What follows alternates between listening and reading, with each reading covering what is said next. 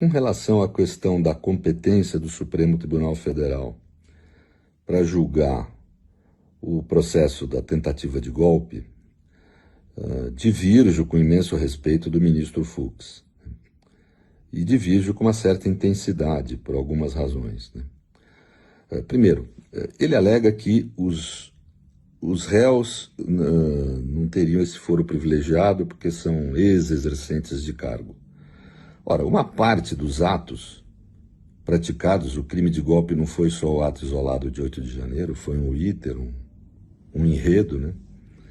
Uma parte boa desse enredo foi praticado ainda quando o presidente Bolsonaro era presidente do Brasil, exercia o cargo.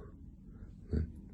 E além disso, a jurisprudência do Supremo tem entendido recentemente que a competência é sim do Supremo para julgar esses ex-exercentes nessa situação.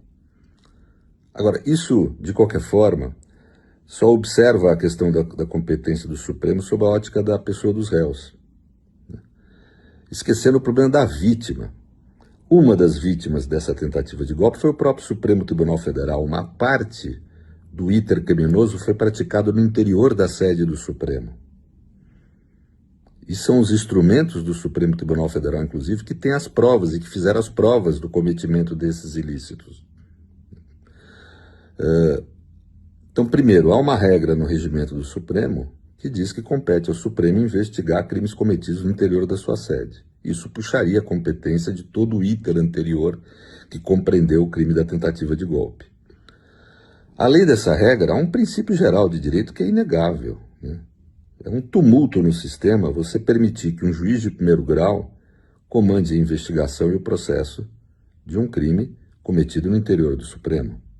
Por exemplo, o juiz de primeiro grau vai poder ordenar, comandar o presidente do Supremo Tribunal Federal para que entregue cópia dos vídeos, cópia dos documentos, cópia de toda a estrutura de provas que houve realizado pelos instrumentos no interior do Supremo, vai poder realizar diligências no interior do Supremo, mano militare, com ordem judicial, com poder, no interior da sede do Supremo, independentemente da determinação de seus ministros.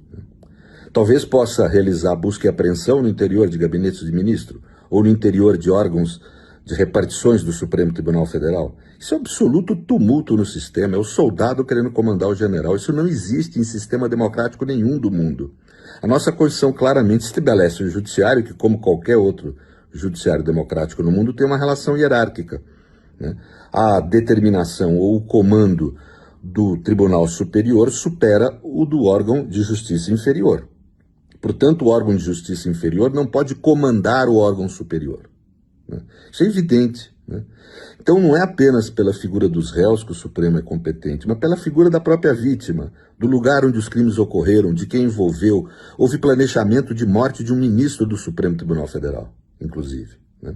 Portanto, não há outro tribunal competente no Brasil para julgar, senão o Supremo, sob pena de se anarquizar o sistema, de trazer o caos para o sistema, né?